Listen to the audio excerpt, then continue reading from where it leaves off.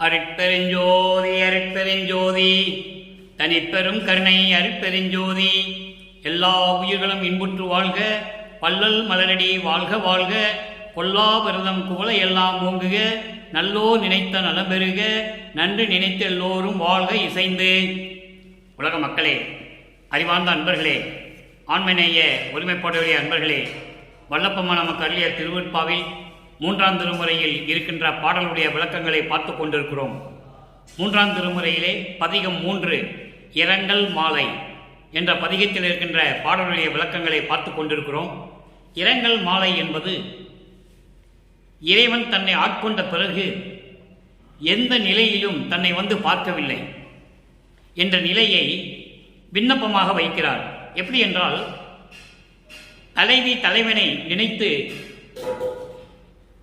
தோழியிடம் சொல்லுவது போல உலக மக்களுக்கு தெரிவிக்கிறார். அந்த நிலையிலிருந்து பார்த்து கொண்டிருக்கிறோம். இதுவரை பார்த்த பாடலுடைய விளக்கத்தினுடைய சுருக்கம், வல்லற்பமானவர்கள் இந்த மண்ணுலைக்கே ஒரு தாயின் வழியாக வருவிக்க உற்று 9 ஆண்டுகள் வரையிலும் அவருடைய நிலை என்னவென்று அவருக்கே தெரியாது.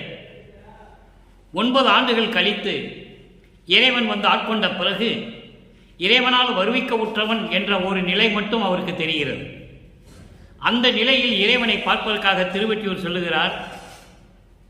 திருவொற்றியூரிலே தெருவிலே பவனி வரும்போது, திருவிழா வீதி வரும்போது அங்கே நின்று கொண்டிருக்கிறார். அந்த நேரத்தில் இறைவன் வந்து மகனுக்கு காட்சி கொடுக்கிறார். காட்சி கொடுத்த பிறகு மறைந்து விடுகிறார். இந்த நிலை நீடிக்கும் போது மனம் வெம்பி மிகவும் துயரப்படுகிறார். இறைவன் காட்சி கொடுத்தும் இறைவனிடம் பேச முடியவில்லை என்ற நிலை இருக்கும்போது மறுபடியும் திருவொற்றியூர் சொல்லுகிறார். மகன் தெருவில் ஓரமை நின்று கொண்டிருந்ததை பார்த்து சிவபெருமான் திரும்பி பார்க்காமல் ஓடுகிறார். அங்கே தியாகராஜ பெருமான் என்று சொல்லுவார். மகனை பார்க்காமல் திரும்பி பார்க்காமல் ஓடுகிறார். இவரும் பின்னால் ஓடியும் அந்த ஓட்டத்தை பிடிக்க முடியவில்லை. அதன் பிறகு நாரையும் கிளிகளையும் தூது அனுப்புகிறார். தன் உள்ளத்தில் இருக்கின்ற குமுறல்களை, வேதனைகளை இறைவனிடம் போய் சொல்லுங்கள் என்று சொல்லி தூது அனுப்புகிறார். எந்த பயனும் இல்லை. அதன் பிறகு இன்று நாம் பார்க்க வேண்டிய 3ஆம் பதிகத்திலே இரங்கல் மாலையிலே பாடலுடைய விளக்கங்களை பார்த்து கொண்டிருக்கிறோம். இரங்கல் மாலை என்பது ஏற்கனவே சொன்னது போல காதலன் காதலியை ஏமாற்றுவது, அதாவது ஏமாற்றுவது என்பதனை விட்டு செல்லுவது, ஓடுவது, இந்த நிலையில் இருக்கும்போது காதலியுடைய மனம் எவ்வளவு வேதனைப்படும் என்பதை உலக மக்களுக்கு தெரிவிக்கிறார். இறைவனை பார்க்க முடியவில்லை, பேச முடியவில்லை, பார்த்து ஓடுகிறார். என்ன செய்வதென்று தெரியவில்லை. அப்படிப்பட்ட நிலையில் இறைவனுடைய நிலையையும் மதங்களும் சமயங்களும் மார்க்கங்களும் சார்ந்திருந்த காலகட்டத்தில் இறைவன் எங்கே இருக்கிறார்? திருவொற்றியூரில் இருக்கிறார் என்ற நிலையும் கூறுகிறார். அதன் பிறகு சமரச சுத்த சன்மார்க்கத்தை தந்தையிடம் பெற்ற பிறகு அதே இறைவன், அதே சிவபெருமான் தியாகராஜன் எப்படி அருட்பெருஞ்சோதி ஆகிறார், எப்படியெல்லாம் அருளை பெற்றுக் கொண்டார் என்பதை படிப்படியாக நாம் பார்த்து கொண்டிருக்கிறோம். அந்த வகையில் இன்று நாம் பார்க்க வேண்டிய பாடல் இரங்கல் மாலை 3ஆம் திருமுறை 3வது பதிகம் 2வது பாடல். தகைசேர் ஒற்றி தளத்து அமர்ந்தார். தகைசேர் ஒற்றி தளத்து அமர்ந்தார் ஏனென்றால் சிவபெருமான் சமயங்களையும் மதங்களையும் மார்க்கங்களையும் சார்ந்திருந்தார். அப்ப திருவொற்றியூரில் இருக்கிறார் என்று சொல்லுகிறார். சமரச சுத்த சன்மார்க்கத்தை பெற்ற பிறகு வடலூரிலே இருக்கிறார் என்று சொல்லுவார். அதை நீங்கள் வித்தியாசத்தை புரிந்து கொள்ள வேண்டும். அப்போ இறைவன் சமயங்களையும் மதங்களையும் மார்க்கங்களையும் விட்டு வருகிறார். தகைசேர் ஒற்றி தளத்து அமர்ந்தார். தரியார் புறங்கள் தளலாக்க நகை சேர்ந்தவரை. மாலையிட்ட நாளே முதல் இந்நாள் அளவும் பகைசேர் மதன் பூச்சூடல் அன்றி பதப்பூச்சூட பார்த்து அறியே. குகைசேர் இருள் பூங்குழலாய் என் குறையை யாருக்கு உரைப்பேனே, எவருக்கு கூறுவேனே. இது பாடல். தோழியிடம் சொல்லுகிறார். உள்ளத்தை தோழியாக வர்ணனை செய்து தோழியிடம் சொல்லுவது போல உலக மக்களுக்கு தெரிவிக்கிறார். இதுதான் விஷயம், வேற ஒன்றும் இல்லை. தன்னை பெண்ணாகவும் தலைவியாகவும் இறைவனை தலைவனாகவும் உருவகப்படுத்தி வர்ணனை செய்து சொல்லுகிறார். உலக மக்களுக்கு புரிந்து கொள்ள வேண்டும் என்பதற்காக. இப்போ இந்த பாடலுடைய பதவுரை பாருங்க. தகைசேர் ஒற்றி தளத்து அமர்ந்தார். தகைசேர் என்பது பெருமைக்குரிய, பெருமையுடைய அந்த திருவொற்றியூரிலே இருந்திருக்கின்ற இறைவன். அந்த இறைவன் எப்படிப்பட்டவர்னா, தரியார் புறங்கள் தளலாக்க நகை சேர்ந்தார். தரியார் என்பது பகைவர்களின் புறங்கள். புறங்கள் என்பது முப்புறங்கள். அந்த முப்புறங்களை 3 அரக்கர்கள் உருவாக்கி இருப்பார்கள். அவர்களை யாராலுமே அழிக்க முடியாது.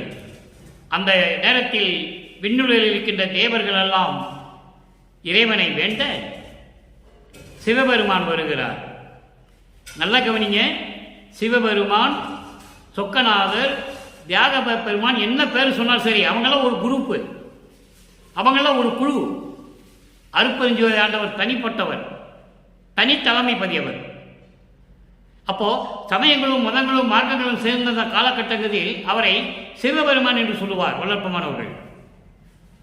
தரியார் புறங்கள் தளலாக்க அந்த பகைவர்களின் கோட்டைகளே, பொன்கோட்டை, வெள்ளிக்கோட்டை, இரும்பு கோட்டை, இந்த 3 கோட்டைகளிலும் ஒவ்வொரு அரக்கன் உள்ள உட்கார்ந்துருக்கான். அவர்களை எரித்து சாம்பலாக்க புன்னகை செய்தார். நகை சேர்ந்தார் என்று சொல்லுவார். நகை என்பது புன்னகை, புன்னகை என்பது சிரிப்பு. சிரிப்பாலே அந்த முப்புறங்களை எரித்தவர். அவரை மாலையிட்ட நாளே, அவர் என்னை ஆட்கொண்ட நாள் முதல் இந்த மண்ணுலக்கு என்னை வருவிக்க செய்து என்னுடைய மறைப்பை நீக்கி என்னை ஆட்கொண்ட நாள் முதல், மாலையிட்ட நாள் முதல் என்பது ஆட்கொண்ட நாள் முதல். ஆட்கொண்ட நாள் முதல் இந்நாள் அளவும் இன்று வரையும் எங்க வச்சு சொல்றாரு? திருவொற்றியூர் வச்சு சொல்றாரு. இந்த நாள் வரையிலும் பகைசேர் மதன் பூச்சூடல் அன்றி, துன்பங்களை தரக்கூடிய இந்த காமம், மதன் என்பது காமம், துன்பத்தை தரக்கூடிய இந்த காமத்தை நான் கொண்டேனே தவிர, காமம் என்பது இறைவன் மேலே அளவில்லாத அன்பு காதல் கொண்டது. எப்படியும் அவனை சேர வேண்டும், அவனோடு கலந்து கொள்ள வேண்டும், அவனை புணர வேண்டும் என்ற நிலையில் சொல்லுவது. அதான் மதன் பூச்சூடல் அன்றி, துன்பங்களை தரக்கூடிய அந்த காமத்தை மட்டுமே நான் கொண்டிருந்தேனே தவிர பதப்பூச்சூட பார்த்தறியே, இறைவனுடைய திருவடிகளை சேர வேண்டும் என்ற எண்ணம் எனக்கு இல்லை. காமம் என்கின்ற துன்பங்களை தரக்கூடிய அந்த காமம் என்கின்ற நிலையை நான் பெற்றேனே தவிர, காதல் கொண்டேனே தவிர, இறைவனுடைய திருவடியை பற்றி சேர வேண்டும் என்று நான் நினைக்கவில்லை. குகைசேர் இருள் பூங்குழலாய், ஒரு குகைக்குள்ள போனா எப்படி இருக்கும்? கும்மு இருட்டா இருக்கும், இருளா இருக்கும். அதுபோன்று கருமை நிறம் கொண்ட கூந்தலை உடைய பெண்ணே தோழியிடம் சொல்லுகிறார். தோழி என்பது உள்ளம், உள்ளத்திடம் சொல்லுகிறார். பெண்ணே, என் குறையை எவருக்கு கூறுவேனே? நான் யார்கிட்ட போய் இந்த குறையை நான் சொல்லுவது என்று சொல்லி இந்த பாடலை அருளியிருக்கிறார்கள். இது பதவுரை. இந்த பாடலுடைய விளக்க உரை பாருங்க, கோர்வையாக சொல்லுகிறேன், அதான் உங்களுக்கு புரியும். பெருமைக்குரிய ஒற்றி நகரிலே, திருவொற்றியூர் நகரிலே இருக்கின்ற இறைவன், அந்த இறைவன் எப்படிப்பட்டவர் என்றால், பகைவர்களின் முப்புறங்களையும் 3ஐயும் எரிக்க புன்னகை செய்தார், சாம்பலாக்கினார். அந்த முப்புறங்கள் என்ன என்ன? தாரகாசுரன் என்ற அசுரனுடைய அரக்கனுடைய பிள்ளைகள் 3 பேர், வித்துன்மாலி, தாரகாட்சன், கமலாட்சன். வித்துன்மாலி என்பவன் பொன் கோட்டையை கட்டிக்கொண்டு அது உள்ளே உட்கார்ந்து கொண்டிருக்கிறான், வித்துன்மாலி. அதன் பிறகு தாராட்சகன் என்பவன் வெள்ளிக்கோட்டையை கட்டிக்கொண்டு அது உள்ளே உட்கார்ந்து கொண்டிருக்கிறான். கமலாட்சன் அவன் இரும்பு கோட்டையை கட்டிக்கொண்டு உள்ளே ஒளிந்து கொண்டிருக்கிறான். நேரம் பார்த்து இவர்களெல்லாம் வெளியே வந்து தேவர்களை எல்லாம் அச்சுறுத்துகிறார்கள், துன்புறுத்துகிறார்கள். தேவர்கள் எவ்வளவு முயன்றும் போரிட்டும், பிரம்மன், திருமால், இந்திரன் எல்லாருமே போரிட்டும் முடியவில்லை. உடனே சிவபெருமானிடம் சரணடைகிறார்கள். அவர் நேரே வந்து புன்னகை செய்கிறார், சிரிக்கிறார். 3 கோட்டைகளில் எரிந்து சாம்பலாகிறது. அந்த நிலையை இங்கு சொல்லுகிறார். அப்படிப்பட்ட இறைவன் என்று சொல்லுகிறார். முப்புறங்களையும் எரிக்க புன்னகை செய்தவரை கலந்து கொண்ட நாள் முதல், அவர் என்னை ஆட்கொண்ட நாள் முதல் இந்நாள் வரையிலும் நான் அவன் மீது காமத்தை கொண்டேனே தவிர, காமம் என்பது காதல், அவன் மீது நான் காதல் கொண்டேனே தவிர அவருடைய திருவடியை போய் சேர வேண்டும் என்று நான் நினைக்கவே இல்லை. அவர் திருவடிகளை வணங்க வேண்டும், திருவடிகளுக்கு பூ சாற்றி பூ போட்டு வணங்க வேண்டும் என்று நான் நினைக்கவில்லை. கருமை நிற கூந்தலுடைய பெண்ணே, என் தோழியே, இந்த குறையை நான் யாரிடம் சொல்லுவது என்று சொல்லி இந்த பாடலை நமக்கு அருளியிருக்கிறார்கள். இந்த பாடலின் மூலம் நாம் அறிய வேண்டியது என்னவென்றால், உலக மக்களுக்கு சொல்கிறார். எப்படி? உலக மக்களே, நான் ஏற்கனவே இறைவனிடம் இருந்தவன். அவனுடைய சொல்படி ஒரு தாயின் வழியாக இந்த மண்ணுவிலுக்கு வருவிக்க செய்து இந்த மண்ணுவிலே உழந்து கொண்டிருக்கிறேன். நான் யார் என்ற தெரியாத நிலையில் இருந்து கொண்டிருந்த பொழுது இந்த மண்ணுவிலுக்கே வருவிக்க விட்டு 9வது ஆண்டிலே என்னை இறைவன் ஆட்கொண்ட பிறகு, நான் யார் என்ற நிலை தெரிந்த பிறகு இறைவனை பார்க்க திருவொற்றியூர் செல்லுகிறேன். திருவொற்றியூரை சொல்லும்போது எனக்கு காட்சி கொடுத்து மறைந்து விடுகிறார். அதன் பிறகு என்னை பார்த்து திருவழியாக சிவபெருமான் ஓடுகிறார். நான் பின்னால் ஓடிய ஓட்டத்தை பிடிக்க முடியவில்லை. அதன் பிறகு நாரையையும் கிளிகளையும் தூது அனுப்புகிறேன். அதற்கும் பதில் இல்லை. அப்படிப்பட்ட இறைவன் திருவொற்றியூர் இருக்கின்ற இறைவன் பகைவர்களுடைய முப்புறங்களை எரித்து சாம்பலாக்கியவர். அவ்வளவு அருளாற்றலை உடையவர் அந்த இறைவன். அவர் என்னை ஆட்கொண்ட நாள் முதல் இந்நாள் வரையிலும் அவன் மீது காதல் கொண்டேனே தவிர, அதான் மதன் பூச்சூடல் அன்றி என்று சொல்லுவார். மதன் என்பது காமம், காமம் என்பது காதல். அவன் மீது காதல் கொண்டேனே தவிர அவனை திருவடியை போற்றி வணங்க வேண்டும் என்று எனக்கு தெரியவில்லை. இந்த குறையை நான் யாரிடம் சொல்லுவேன் என்று உலக மக்களுக்கு தெரிவிக்கிறார். இதுதான் இந்த பாடலுடைய பொருள். இதன் பிறகு சமயங்களையும் மதங்களையும் மார்க்கங்களையும் கடந்த பிறகு, அதாவது 5வது எட்டில், இந்த 8 என்பது மிக முக்கியமான ஒரு இடம். அது வல்லப்பமானவர்கள் ஒரு தாயின் கருவறையிலே கருவுற்றதிலிருந்து 51 ஆண்டுகள் வரையிலும் 8 பகுதிகளாக பிரித்து தன் மகனுக்கு அருளை கொடுக்கிறார் அருட்பெருஞ்சோதி ஆண்டவர். அப்போ 4-8 வரைக்கும், 4-8-32, 25வது ஆண்டிலிருந்து வருவிக்க உற்று 25வது ஆண்டிலிருந்து 33 ஆண்டுகள், அந்த இடைப்பட்ட 8 ஆண்டுகள் இருக்குதே, அது அங்கதான் 4ஆம் திருமுறை உருவாகிறது. அதன் பிறகு சமரச சுத்த சன்மார்க்கத்தை பெற்ற பிறகு 33வது ஆண்டிலிருந்து 41 ஆண்டுகளுக்குள் சமரச சுத்த சன்மார்க்கத்தை பெறுகிறார். அதுக்கான விளக்கங்கள் ஒவ்வொரு பாடல் வரும்போது சொல்வேன். இப்போ சொன்னோம்னா நேரம் கடந்துகிட்டே இருக்கும், நமக்கு நேரம் பத்தாது. ஒவ்வொரு பாடல் சொல்லும்போது கரெக்டாக வந்துகிட்டே இருக்கும், சரியாக வந்துகிட்டு இருக்கும். அப்போ அப்படி சமரச சுத்த சன்மார்க்கத்தை பெற்ற பிறகு சிவபெருமான், சிவன் சிவமாகிறான். நல்லா கவனிக்கணும். நீங்க இன்னைக்கு கூட ஒரு பாடல் விளக்க நான் தரப்போறேன், நல்லா கவனிக்கணும். நீங்க சிவன் சிவமாவான், சிவபெருமான் அருட்பெருஞ்சோதி ஆவான். அந்த நிலையில் இருக்கும்போது இறைவனிடம் எப்படி விண்ணப்பம் வைக்கிறார்? அங்க விண்ணப்பம் வைக்கிறது வேற, 3ஆம் திருமுறையில விண்ணப்பம் வைக்கிறது சமயங்களையும் மதங்களையும் மார்க்கங்களையும் சார்ந்த நிலையில். அப்போ அவருக்கு தெரியாது, சுத்த சன்மார்க்கம் அவருக்கு தெரியாது. நல்லா புரிஞ்சுக்கணும். நீங்க இறைவன் மகனை திருவிளையாடல் செய்கிறார். ஒரு மகனை இந்த மண்ணுக்கு வருவிக்க செய்து திருவிளையாடல் நடந்து கொண்டிருக்கிறது. தந்தைக்கும் மகனுக்கும் நடக்கிற நிகழ்ச்சி தான் உங்களுக்கு இந்த சுத்த சன்மார்க்கம். அப்போ அது நீக்கின பிறகு, சுத்த சன்மார்க்கத்தை பெற்ற பிறகு எப்படி விண்ணப்பம் வைக்கிறார், அந்த வேறுபாட்டை நீங்கள் கவனிக்க வேண்டும். அதனால்தான் 1ஆம் திருமுறையிலிருந்து 4ஆம் திருமுறை பாடல்களுக்கு 6ஆம் திருமுறையிலே முடிவான விளக்கம் இருக்கிறது. அதை தான் அதை தான் பார்த்துட்டு இருக்கோம். 6ஆம் திருமுறை பதிகம் 20 பிள்ளை பெரு விண்ணப்பம். அருட்பெருஞ்சாண்டவர் பிள்ளை செல்வப்பிள்ளை. மண்ணுலகிலே ராமையா பிள்ளையும் சின்னையம்மையர் வைத்த பிள்ளை ராமலிங்க பிள்ளை. ஆனால் உலக மக்கள் அழைக்கப்பட்டது அருட்பிரகாச வள்ளலார். அருட்பிரகாச வள்ளலார், வள்ளல் என்பது அருட்பெருஞ்சோதி பெயர். அவருடைய மகன் அருட்பிரகாச வள்ளலார் என்று சொல்லி அழைத்தார்கள். அப்போ அந்த நேரத்தில் இருக்கும்போது அவர் சொல்ற பாருங்க, பிள்ளை பெருவிண்ணப்பத்தில் 22வது பாடல், எட்டரும் பொருளே. அங்க ஒற்று தியாக திருவொற்றியூரில் இருக்கிறார் என்று சொல்லுவார். இங்க சொல்ற பாருங்க, எட்டரும் பொருளே திருச்சிற்றம்பலத்தே இலகிய இறைவனே உலகில் பட்டினி உற்றோர் பசித்தனர், கலையால் பரத வைக்கின்றனர். களைப்பால் பசி எடுக்குது, சாப்பிட்டோன்னே களைப்பு வந்துருச்சு, பரத வைக்கின்றனர். எற்றே ஒட்டிய பிறரால் கேட்ட போதெல்லாம் என் உள்ளம் பகீரென நடுக்குற்றேன்.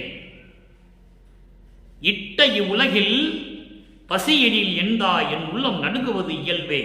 இது பாடல். விளக்கம் பாருங்க. எட்டரும் பொருளே, யாரும் அறிய முடியாத அருப்பெருஞ்சோதி ஆண்டவரே, அருப்பெருஞ்சோதி ஆண்டவரின் அடியை முடியும் யாரும் பார்த்ததில்லை என்பதை திருவருட்பாவில் நாம் கண்ட உண்மை. மக்களிடம் யாரும் சொல்லவில்லை, அதனால் மக்களுக்கு தெரியாது. எட்டரும் பொருளே, எட்ட முடியாத இடத்தில் இருக்கின்ற இறைவனே. எட்ட முடியாத இடம் எது? அதான் சிவஞானவெளி. சிவஞானவெளி 16வது நிலை, யாரும் போக முடியல.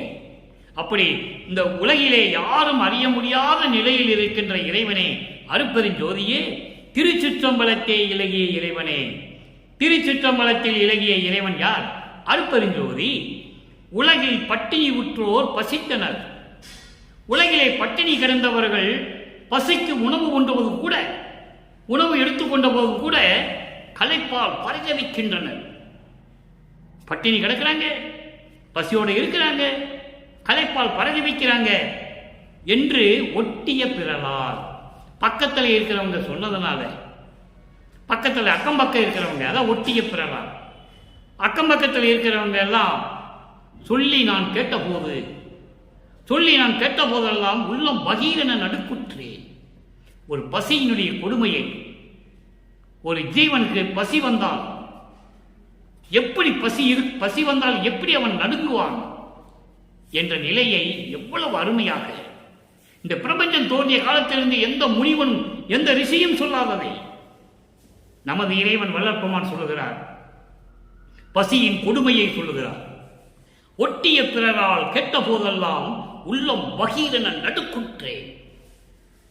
இட்ட இவ்வுலகில் விரிந்து கிடந்த இந்த மண்ணுலகில் பசியெனில் எந்தா என் உள்ளம் நடுங்குவது இயல்புதானே, இயற்கைதானே. உயிரினங்கள் எல்லாம், ஜீவராசிகள் எல்லாம் பசியோடு இருப்பது எவ்வளவு பெரிய கொடுமை. இந்த பறந்து விரிந்த இந்த மண்ணுலகில் பசி என்றால் எந்தா என் உள்ளம் நடுங்குவது இயற்கைதானே. அடுத்த ஒரு விளக்கம், இரண்டாவது விளக்கம்.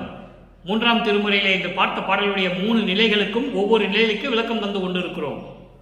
22வது பதிகம் ஆன்ம தரிசனம். ஆன்ம தரிசனம் என்பது ஆன்மா ஆனந்தமாக இருப்பது. ஆன்மா இறைவனுடைய அருளை பெற்ற பிறகு எவ்வளவு மகிழ்வாக இருக்கும், அந்த நிலையை சொல்லுகிறார் 2வது பாடல். 3ஆம் திருமுறையிலே 3ஆம் பதிகத்திலே இருக்கின்ற இன்று நாம் பார்த்த 2வது பாடலுக்கு இங்கே விளக்கம் இருக்கிறது. நினைத்த போதெல்லாம் நின்னையே நினைத்தேன், நினைத்த போதெல்லாம் நின்னையே நினைத்தேன், நினைப்பு அற நின்ற போதெல்லாம் என்னை தனியாக்கி நின் கண்ணே நின்றேன், நின் கணை நின்றேன். என் செயல் என்ன ஒரு செயலும் திணைத்திணை எனினும் புரிந்திலே, எல்லாம் சிவன் செயலாம் என புரிந்தேன். நல்லா கவனிக்கணும். இங்க என்ன சொல்ற பாருங்க, எல்லாம் சிவன் செயலாம் என புரிந்தேன். அனைத்தும் இங்கே சிவன் என்பது சிவம். இம்முதான் மருவி இன்னா மாறி இருக்கிறது. நல்லா புரிஞ்சுங்க. நீங்க என்னடா இது, இங்க அருப்பெருஞ்சோதி சொல்றாரு, 6ஆம் திருமுறையிலையும் சிவம் சொல்றாரு, சிவன் சொல்றாருன்னு நீங்க நினைக்கூடாது. சிவன் என்பது சிவம், இம்மு இன்னாக மருவி இருக்கிறது, அவ்வளவுதான். அப்ப சிவம்னா யாரு? அருப்பெருஞ்சோதி. சிவன்னா சிவபெருமான், சிவம்னா அருப்பெருஞ்சோதி. இம்மு இன்னா மருவி இருக்கிறது. எல்லாம் சிவன் செயலாம் என புரிந்தேன், அனைத்தும் என் அரசே நீ அறிந்ததுவே, அடிக்கடி உரைப்பது என் நினக்கே. இது பாடல். அருப்பெருஞ்சோதியே, ஆண்டவரே, என் ஐயனே, என் தந்தையே, உன்னை நினைத்த போதெல்லாம், நான் என்னென்ன நினைத்த போதெல்லாம் நின்னையே நினைத்தேன். என் உள்ளம் உன்னையே நினைத்து கொண்டிருந்தது. ஒரு கட்டத்தில் உன்னை நினைக்க மறந்தபோது, என்னை தனியாக்கி, என்னை தனிமைப்படுத்தி உன் முன்னால் நின்றேன், நின் கணை நின்றேன், உன் முன்னால் நின்றேன். என் செயல் என்ன ஒரு செயலும் திணைக்கிணை எனினும் புரிந்திலேன். இதில் என் செயல் ஒன்றுமில்லை. ஒரு திணை அளவு கூட, திணையை பார்த்துருப்பீங்க, சின்னதாக இருக்கும். திணை சின்னதாக இருக்கும், கடுகு விட சின்னது. அந்த சிறிய அளவு கூட நான் எந்த செயலும் செய்யவில்லை. நான் எந்த செயலும் செய்தாலும் உன் செயலால் இருந்தது, உன் செயலாகத்தான் இருந்தது. நீ செய்ய சொன்னாய், நான் செய்தேன். நீ என்ன சொல்லுகிறாயோ அதை செய்கிறேன். அந்த நேரத்தில் ஒரு திரை அளவு கூட, ஒரு சிறிய அளவு கூட என் செயல் அது கிடையாது. நான் பொறுப்பு கிடையாது, நான் செய்யவில்லை. அப்படி அதுக்கடுத்து சொல்றாரு பாருங்க, எல்லாம் சிவன் செயலாம் என புரிந்தேன் அனைத்தும். எல்லாம் சிவம், சிவம் அருட்பெருஞ்சோதி செயல் என்று நான் நினைத்துக் கொண்டிருக்கிறேன். என் அரசே, இதெல்லாம் நீ அறிந்தது தானே. அடிக்கடி உனக்கு எதுக்கு நான் சொல்லணும்? அதான் சொல்றாரு, அடிக்கடி உரைப்பது என் நினைக்கே. என்னன்னா எதுக்கு அடிக்கடி உங்ககிட்ட சொல்லிக்கிட்டே இருக்கணுமா? ஒரு தடவை சொன்னா போதாதா என்ற நிலையில் இருந்து சொல்லுகிறார். அடுத்த ஒரு விளக்கம் பாருங்க, எப்படி துன்பங்களை நீக்குகிறார் இறைவன். வாதனை கழிவு 24வது பதிகம் 6ஆம் திருமுறை வாதனை கழிவு 12வது பாடல். இங்கே 2வது பாடலுக்கு அங்க 12வது பாடலிலே விளக்கம் இருக்கிறது. எப்படி துன்பங்களை நீக்குகிறார் இறைவன், நல்லா கவனிச்சுட்டே வரணும். அங்கே இறைவனை பார்க்க முடியல, மகனை பார்த்து அப்பன் சிவபெருமான் ஓடுறான் தெருவழி. இங்க எப்படி கொடுக்கிறார் பாருங்க, பார்த்தார் இறங்க, பார்த்தார் இறங்க, சிறியேன் நான் பாவி மனத்தால் பட்ட துயர் தீர்த்தாய் அந்நாள். நல்லா கவனிச்சுட்டே வரணும். வல்லற்பெருமான் மண்ணுலைக்கு வருவிக்க விட்டுறது இறைவனுடைய திருவிளையாடல். அதுக்கு முன்னால் அவர் எங்க இருந்தாரு? உலக மக்களுக்கு சொல்லணும் இல்லை, அதுதானே தர்மம். இவர் சொல்றாரு, ஆனா யாரும் சொல்லல. ஒரு சாதாரண குழந்தையாக பிறந்தாரு, வாலிபனா வளர்ந்தாரு, தனக்கோடியை கல்யாணம் பண்ணாரு, அங்க விட்டுட்டு இங்க வந்துட்டாரு, அப்புறம் ரூமுக்குள்ள போனாரு, பூட்டிட்டு மறைஞ்சிட்டாரு.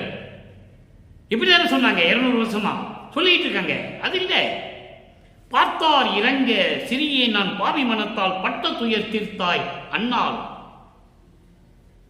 அது தொடங்கி இந்நாள் வரையிலும் தெய்வம் துணை என நான் நின்றிருக்கிறேன், தெய்வ துணை என்று இருக்கின்றேன்.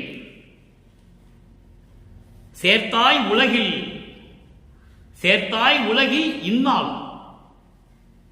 சிறியேந்தனை வெண்துயர் பாவி ஈர்த்தால் அது கண்டிருப்பது கருணைக்கு அழகு இங்கு என் தாயே. இது பாடல் பொருள் பாருங்க. பார்த்தார் இறங்க, சிறியேன் பாவி மனத்தால் பட்ட துயர் தீர்த்தாய் அந்நாள். நான் இந்த மண்ணுக்கு வருவதற்கு முன்னாலேயே, முன்னால்தானே வருவிக்க விட்டேன். அதற்கு முன்னால் நான் விண்ணுலகிலே இருந்தபோது அங்கு விண்ணுலகில் இருக்கின்ற தேவர்கள் எல்லாம் என்னை பார்த்து கொண்டிருக்கிறார்கள். நான் பட்ட அந்த நிலையை அப்போது என்ன செய்தாய்? இந்த மகன் பட்ட துயரத்தை எல்லாம் நீ தீர்த்தாய். அங்கே இருக்கும்போது தீர்த்து விட்டாய். பார்த்தோர் இறங்க, சிறியே நான் பாவி மனத்தால் பட்ட துயர் தீர்த்தாய் அந்நாள். அது தொடங்கி தெய்வம்தான் நமக்கு துணை என்று நான் இருக்கின்றேன். ஆனால் சேர்த்தாய் உலகில், இந்த மண்ணுலகிற்கு ஒரு தாயின் வழியாக என்னை வருவிக்க செய்து, அதான் சேர்த்தாயின்னு சொல்கிறார். சேர்த்தாய் உலகில் இந்நாள் சிறியதனை, இந்த நாளில் இந்த மகனை வெண்துயர் பாவி ஈர்த்தால்.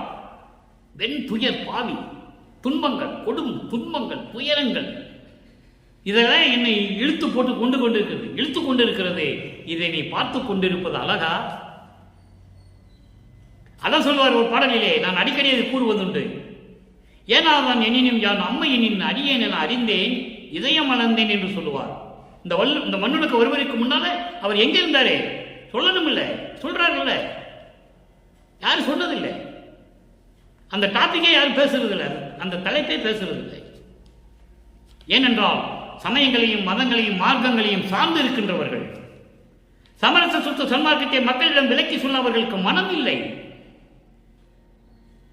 இல்லை. ஆனால் திருவருட்பாவிலே வல்லப்பமானவர்கள் தெளிவாக கூறுகிறார்கள், இந்த மண்ணுக்கு வருவதற்கு முன்னால் நான் எங்கே இருந்தேன், எப்படி இறைவன் என்னை வைத்துக் கொண்டிருந்தார், எல்லாம் தெளிவாக சொல்றார். இதை யாராலையும் மறுக்க முடியாது. திருவருட்பாவில் இருக்கின்ற உண்மை, சத்தியம். அப்படியெல்லாம் இருந்த என்னை அங்கே எல்லாம் பார்க்கும்போது நீ என் துயரெல்லாம் தீர்த்த இல்லை. விண்ணுலகத்தில் இருந்த தேவர்கள்லாம் என்னை பார்த்தாங்க. அப்போ நான் பட்ட கஷ்டங்களை நீ தீர்த்தாய். அப்போ அதுலேருந்து நான் என்ன நினைச்சேன், இறைவன் தான் நமக்கு துணை என்று இருக்கின்றேன். அதுக்கு பிறகு நீ என்ன பண்ண, ஒரு தாய் வழியாக மண்ணுளுக்கு கொண்டு வந்துட்டேன். இங்கே வந்து இந்த துன்பங்களை எல்லாம் என்னை வந்து சேர்ந்து விட்டுருக்க, இதை பார்த்துட்டு இருக்கல, இது உனக்கு அழகா இருக்கா? உன் கருணைக்கு இது அழகா? எந்தாய் அருமையா சொல்றேன்.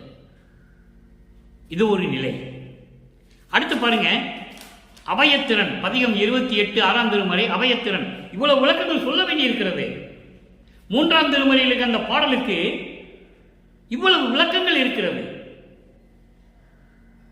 பரிபூர்ணமான விளக்கம், எல்லாராலையும் மறைக்கப்பட்ட விளக்கம். அவ்வளவு விளக்கத்தை கொடுக்கிறார் வல்லப்பமானவர்கள். ஏனென்றால் உலக மக்கள் தெரிந்து கொள்ள வேண்டும், நான் இறைவனால் வறுமைக்கு உற்றவன், நானும் என் தந்தையும் செய்த கடைசி திருவிளையாடல் எது என்று சொல்ல வேண்டும், உலக மக்களுக்கு சொல்ல வேண்டும். அதனால் தான் கலியுகத்தின் இறுதி கட்டத்தில், இந்த பிரபஞ்சம் தோன்றிய காலத்திலிருந்தே கிரேதயுகம், திரேதயுகம், துவாரயுகம், கலியுகம், 4 யுகங்களிலுமே இறைவன் எத்தனையோ திருவிளையாடல் செய்திருக்கிறார். அது சமயங்களையும் மதங்களையும் மார்க்கங்களையும் சார்ந்து சார்ந்து சார்ந்து. ஆனால் சமரச சுத்த சன்மார்க்கத்தை தன் மகனுக்கு கொடுக்க வேண்டும் என்பதற்காகவே தன் மகனை கலியுகத்தினுடைய இறுதி கட்டத்தில் அருட்பெருஞ்சோதி ஆண்டவர் வருவிக்க செய்தார் என்பதை இங்கு பதிவு செய்ய நான் கடமைப்பட்டிருக்கிறேன். அபயத்திறன் சொல்றார் பாருங்க, இறைவனுடைய அடைக்கலம் நிலை, அந்த அருள் எப்படிப்பட்டது? இறைவனுக்கு அடைக்கலம் ஆயிட்டோம்னா அந்த அருள் ஆற்றல் எப்படி இருக்கும்? 2வது பாடல், அபயத்திறன் 2வது பாடல். வட்ட வான் சுடரே, சமயங்களையும் மதங்களையும் மார்க்கங்களையும் சார்ந்திருக்கும் போது இறைவன் எப்படி சொல்லுவாரு?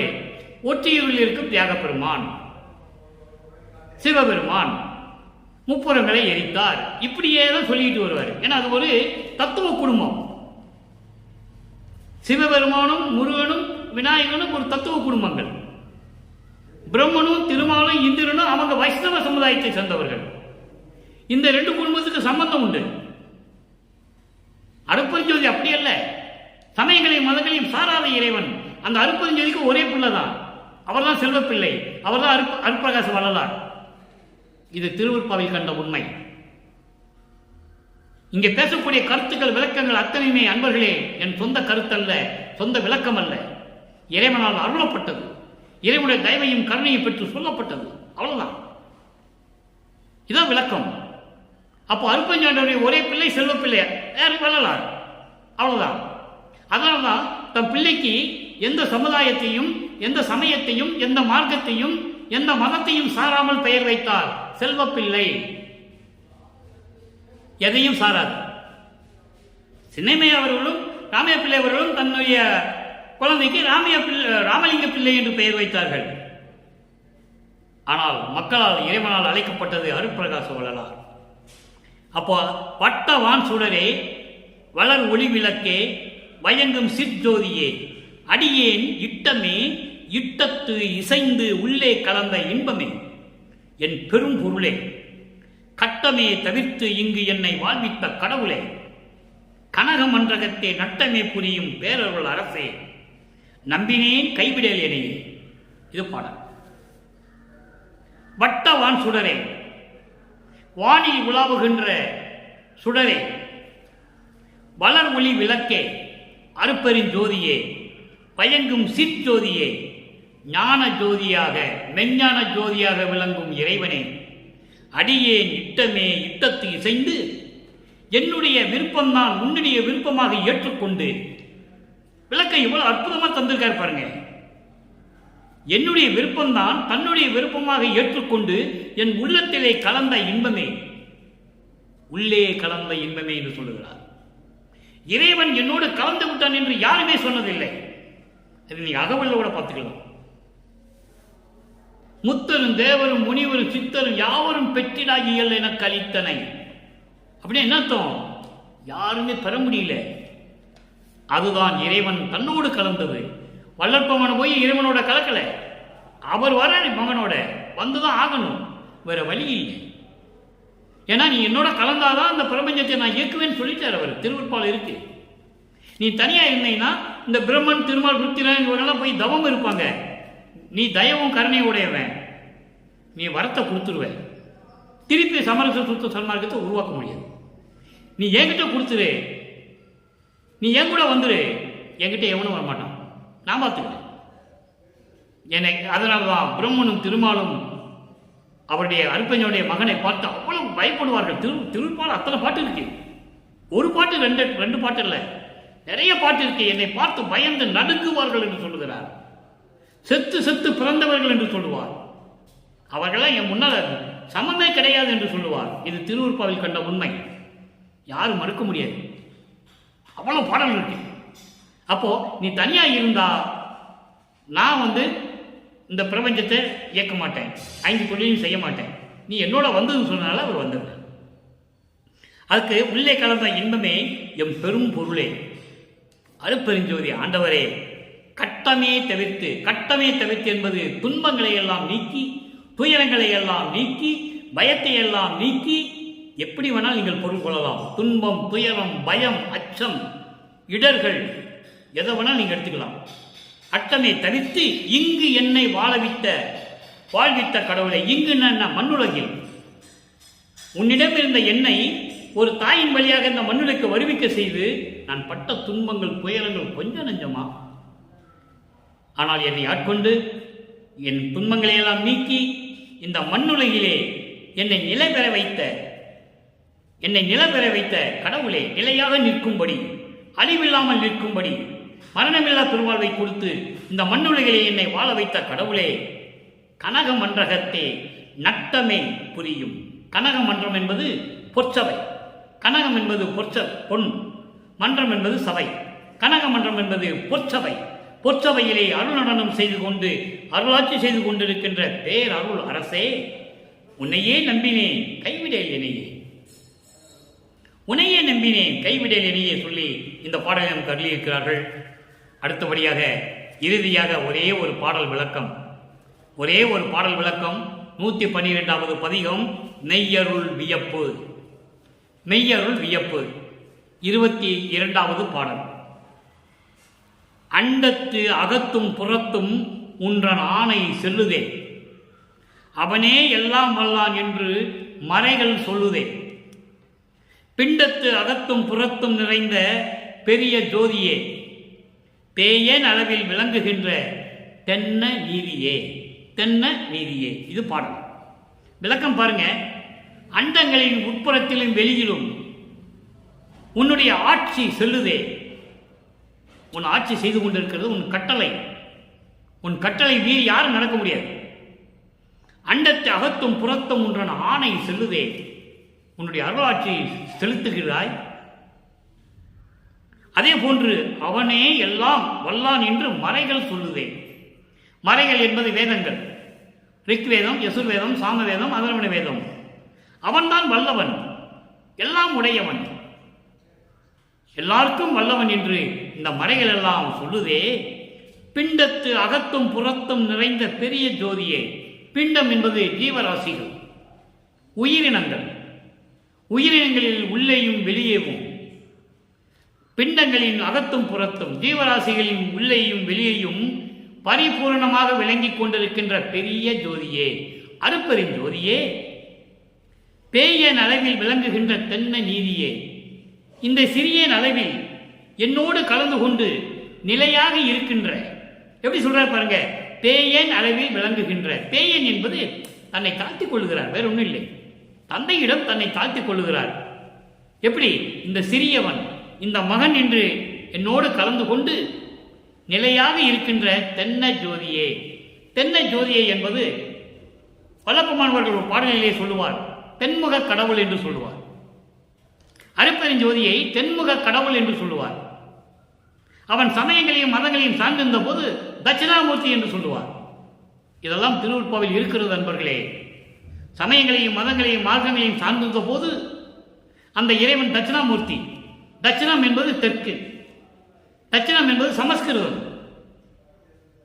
தமிழ் தெற்கு. அப்போ தெற்கு நோக்கி இருக்கின்ற கடவுள். சமயங்களையும் மதங்களையும் மார்க்கங்களையும் சேர்ந்தபோது தட்சிணாமூர்த்தி. அதே தட்சிணாமூர்த்தி சமயங்களையும் மதங்களையும் மார்க்கங்களையும் நீக்கிவிட்டு தன் மகனுடன் வரும்போது சமரச சுத்த சன்மார்க்க கடவுளாக வரும்போது அருட்பெருஞ்சோதி. இதான் தென்ன நீதியே என்று சொல்கிறார். தென்ன நீதியே என்பது அருட்பெருஞ்சோதி. தெற்கு முகமாக நின்று கொண்டிருக்கின்ற தெற்கு முகம் காட்டி விளங்கி கொண்டிருக்கின்ற அருட்பெருஞ்சோதி கடவுள் என்று சொல்கிறார். நீங்க தீபத்தை பாருங்களேன். நீங்க வடலூர் சத்தியஞான சபை வந்தாலும் சரி, தர்மசாலையிலையும் சரி, கருங்குழியிலையும் சரி, மருதூரிலையும் சரி, இங்கே சித்தி வளாகத்திலையும் சரி, தெற்கு நோக்கி தான் ஜோதி இருக்கும். நீங்க வடக்கு நோக்கி தான் கும்பிடுவீங்க. நீங்க வடக்கு நோக்கி கும்பிடுவீங்க, ஜோதி தெற்க பார்த்து தான் இருக்கும். அதான் தென்ன நீதியே என்று சொல்லுகிறார். தெற்கு முகம் காட்டி இருக்கும் அருட்பெருஞ்சோதி ஆண்டவரே என்று சொல்லுகிறார். ஆக நண்பர்களே, இன்று நாம் பார்த்த பாடலுடைய விளக்கம் உங்களுக்கு புரிந்திருக்கும் என்று நான் கருதுகிறேன். மிக எளிமையான பாடல், எளிமையான விளக்கம். சமயங்களும் மதங்களும் மார்க்கங்களும் சூழ்ந்திருந்த காலகட்டத்தில் நமது குழந்தை இறைவன் வருவிக்க உற்றார். அந்த காலகட்டங்களில் இறைவன் எப்படி இருந்தான்? சிவபெருமானாகவும் தியாகராஜ பெருமானாகவும் நடராஜனாகவும் எப்படி எப்படியோ இருந்தார்கள். அப்போ மதங்களும் சமயங்களும் மார்க்கங்களும் இனிமேல் இந்த உலகத்திற்கு தேவையில்லை என்ற நிலை வரும்போது இறைவன் சமயங்களையும் மதங்களையும் மார்க்கங்களையும் விட்டு விட்டு வருகிறார். அருட்பெருஞ்சோதியாக வருகிறார். அவன்தான் ஆதியில் உருவான கடவுள், ஒரே கடவுள்.